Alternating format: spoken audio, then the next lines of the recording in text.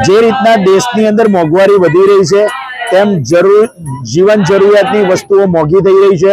Petrol ડીઝલના ભાવ વધવાના કારણે લોકોની મુસાફરી પણ મોંઘી થઈ રહી છે। એસટીના ભાડા વધી રહ્યા છે।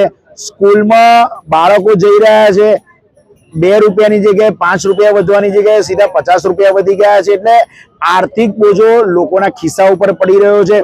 અનાજ, કઠોળ, શાકભાજી, ઇવન દૂધ જેવું દૂધ પણ મોંઘું થઈ રહ્યું છે। લોકોને જિંદગીમાં રોજબરોજ જે વસ્તુઓનો ઉપયોગ કરતા હોય એ સખત ભાવ વધારો થઈ રહ્યો છે, જેને કારણે લોકો તકલીફો મુકાઈ રહ્યા છે। હા, બીકના માર્યા આપણી પ્રજા બોલી નથી શકતી, પણ મધ્યમ વર્ગ એ ખૂબ આર્થિક સંકળામણમાં ભીડાઈ રહ્યો છે। આ એવા વર્ગને મોંઘવારી નડી રહી છે કે જે વર્ગ સવારે ઉઠી અને સાંજે કમાવા જઈ રહ્યો છે, કે સાંજે એનાથી ગુજરાન કરી રહ્યો છે। આ એવા વર્ગને મોંઘવારી નડી રહી છે કે જેના બાળકો સ્કૂલમાં ભણી રહ્યા છે અને જેને ફી ભરવામાં તકલીફ હોય તે અત્યારે પેટ્રોલ ડીઝલના ભાવ વધવાને કારણે તેમને ટ્રાન્સપોર્ટેશન પણ મોંઘું થઈ રહ્યું છે। એટલે સરકારે વિચાર કરવો જોઈએ, મોંઘવારી ઘટાડવી જોઈએ।